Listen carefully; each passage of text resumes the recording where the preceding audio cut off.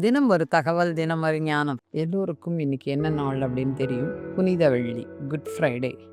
எல்லோருக்கும் புனித வெள்ளி அப்படின்னா என்ன அப்படின்றத பற்றி நம்ம தெரிஞ்சுக்கலாம்.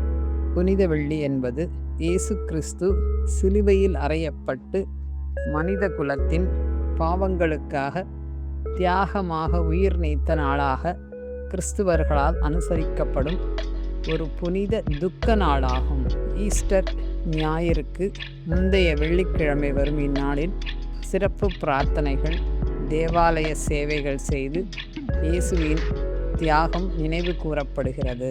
இது மகிழ்ச்சியான கொண்டாட்டம் இல்லை, மாறாக தியானம் மற்றும் பாவ மன்னிப்பிற்கான தியாகத்தை எண்ணி பார்க்கும் நாள். யோசிச்சு பாருங்க, இயேசுபிரான் என்ன சொன்னார்னா, தன்னை சிலுவையில் அறைந்த போது கூட அவர்களை தண்டிக்காதீர்கள், இவர்கள் தூதுவர்கள் தான், இவர்கள் ஒரு பாவம் அறியாதவர்கள் அப்படின்னாரு. அப்போ எவ்வளோ பெரிய ஒரு கிரேட் மாஸ்டர் ஜீசஸ் கிரைஸ்ட் இயேசுபிரான் அப்படின்றவர் எவ்வளோ நல்ல மிகப்பெரிய ஒரு தியானி. முதல் விஷயம், கிறிஸ்துவர்கள் இந்த நாளில் முழுவதும் சாப்பிடாம உண்ணா நோன்பு, அதாவது ஃபாஸ்டிங் இருந்து ஆன்மீக தியானத்தில் ஈடுபடுவார்கள். எல்லாமே சர்ச்சுக்கு போவாங்க, சர்ச்சில் உட்காந்து தியானம் பண்ணுவாங்க. ஏன்னா கிரைஸ்ட் மிகப்பெரிய ஒரு தியானி. அப்போ நாம் என்ன பண்ணணும் அப்படின்னா, இந்த மாதிரி நாட்களில் அவருடைய தியாகத்தை நினைத்து பார்க்க வேண்டும்.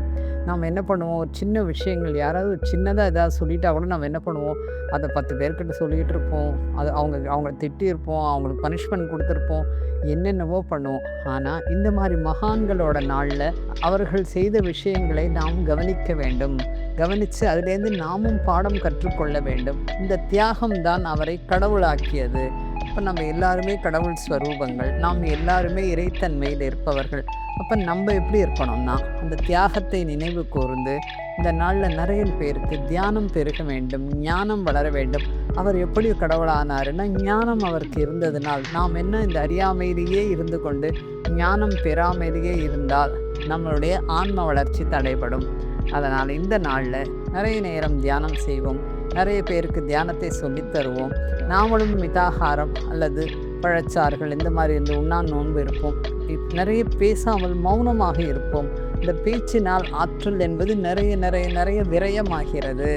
அதனால் பேச்சை குறைத்துக் கொள்வோம், மௌனம் இருப்போம், தியானம் செய்வோம். தியானத்தினால் மட்டும்தான் ஞானம் பெற முடியும்.